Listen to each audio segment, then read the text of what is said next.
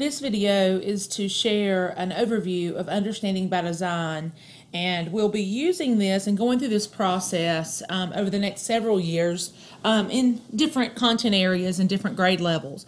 And so as you're watching this video, I want you to think about where do you need to implement this at your school? Is there a specific content area or grade level where you feel like it really fits or it's really needed?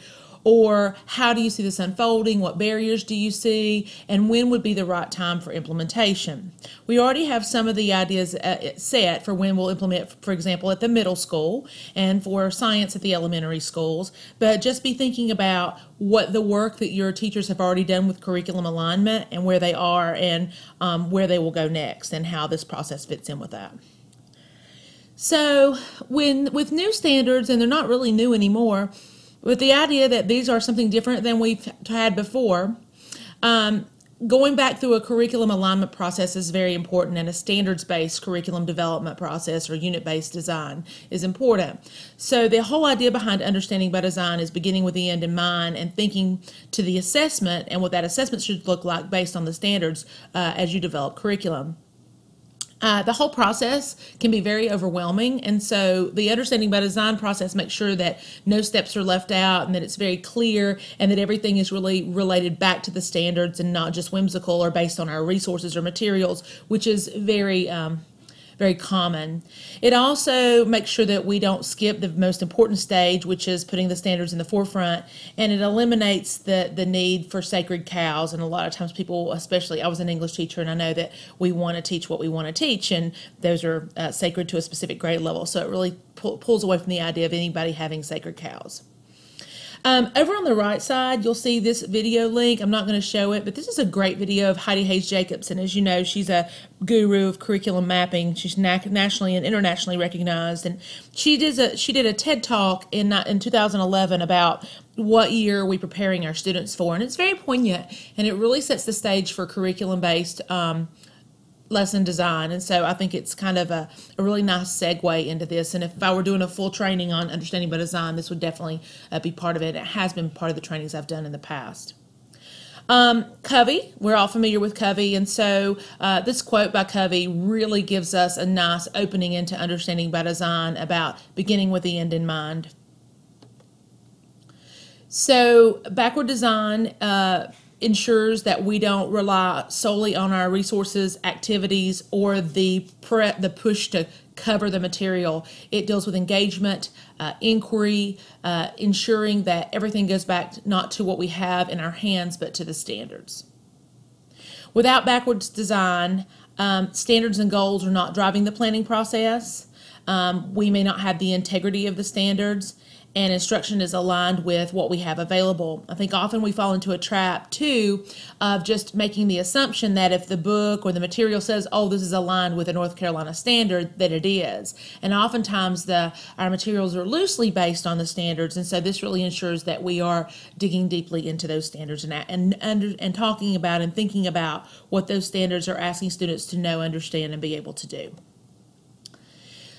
So the big thing about understanding by design is it doesn't happen overnight. It really does take time, and it takes support. And so to try to undergo the whole process in 1 year, I think is really crazy. I think to do it right, you look at one stage per year, and it's a 3-stage process.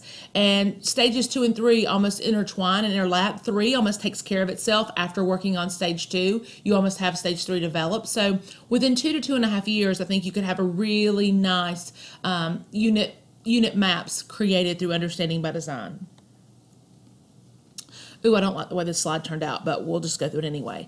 So the 3 stages are your desired results, your assessment evidence, and your learning plan. And when we think about how we often plan lessons and plan units, many of us start with a learning plan. You know, what are we going to do with the kids? What are our activities going to be? What's the pedagogy going to look like day to day? Then we think about the desired results. Okay, what do I want them to learn through this? And then we think about how we're going to assess it. So understanding by design flips that all around, and we're really going to focus highly on stage 1 right now, and I'm going to briefly talk about 2 and 3. So in stage 1, identifying desired results, this is kind of the template that Wiggins and McTighe, the authors of Understanding by Design, put together. So on this left side where it says establish goals, this is where your content standards go. So your Common Core State standards for math, and if you have ITES standards, information technology essential standards that align with a unit, or if you're teaching history and you've got your essential standards, plus you've got Common Core State standards for history and social studies that align, those would go here. Nothing goes in this box except the standards that are going to be taught in a unit. Then you have almost the building blocks. First of all, you've got these basic ideas of what will students know, the basic facts and concepts they recall. What will they be skilled at? So what are the skills they need to learn? What are the processes they have to use? And those two pieces of acquisition build understandings. So they're a deeper understanding because they know this vocabulary, they know these concepts, so they can use these skills. Then what do they actually understand? What inferences can they make?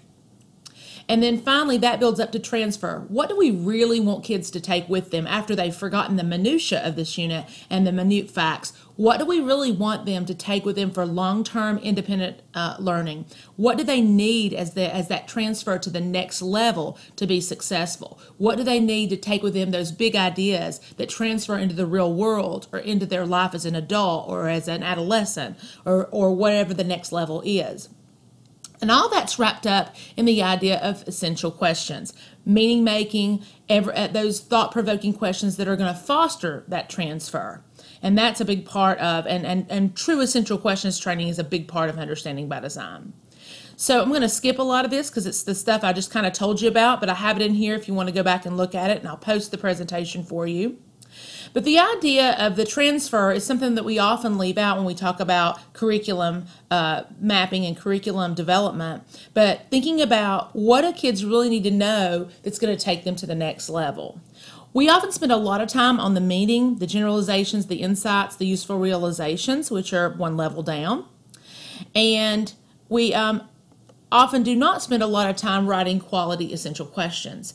So one of the things that I've seen as I've gone into classrooms this year are some great essential questions, some okay essential questions, and some really bad essential questions. So I think what we need to do probably is just do a kind of a deep dive refresher into essential questions. So understanding that the time for an essential question is when you're looking for something open-ended with no simple right answer. They're conceptual, philosophical. They force kids to create an understanding or create a response, and they force kids to think critically. So the ideas of the whole map together would look kind of like this. This is one that was developed by Wiggins and McTighe just as an example, and it's on nutrition because that's a very easy one that everybody can understand. So we have a standard here that maybe a unit is written around the standard on the left. Students will use a knowledge of nutrition to plan appropriate diets for themselves and others. That's our standard. Everything should relate back to that standard. So if we look at our essential questions, what should we eat? Why are there so many nutritionally related health problems despite all we know? If we actually look at those questions, they cannot be answered with a specific correct answer. Kids can come up with many answers that are plausible and that can work for that. But throughout the unit, they will grow their knowledge and be able to not answer, maybe they can answer correctly at the beginning, but by the end, they'll have even more, a deeper understanding of how to answer those questions. So if we look at acquisition and skill, they will know vocabulary, food groups, and nutrition-related health problems. They'll be skilled at interpreting food labels, analyzing and evaluating diets, and planning a balanced diet. So as you can see, this is the stuff that we teach mostly all the time. We often get up to here too. A balanced diet contributes to mental health and physical health, those deep understandings, and understanding that healthy eating requires people to make conscious choices that may take them out of their comfort zone. And finally, what we want them to transfer is we want them to use all this knowledge to make healthful, appropriate dietary choices. Now, I realize that healthful living is something that we actually do use every single day of our lives and we think about as we make choices about what to eat. But it's still, this is a really nice example to show you what stage one should look like. The great thing about Understanding by Design is if we develop units, just stage one only, if I came in as a BT1 or as a new hire from another state and I knew what the goals were for the unit And I knew what we wanted students to know, understand, be able to do, and what questions that my students should be able to answer.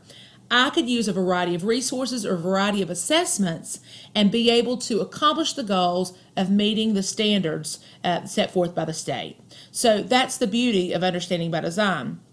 We've done a lot of work in Newton Conover, and you guys did before I got here, on trying to put together some instructional guides and doing a lot of the back work of this, but I think some of it's wonderful and some of it needs to be revisited. It's kind of loose, just to kind of put everything into some nice, tight organizational frameworks.